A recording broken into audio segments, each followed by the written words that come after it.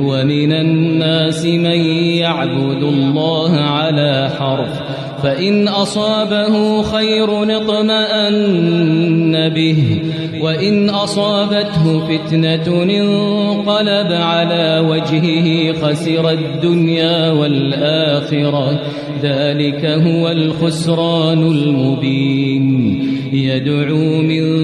دون الله ما لا يضره وما لا ينفعه ذلك هو الضلال البعيد يدعو لمن ضره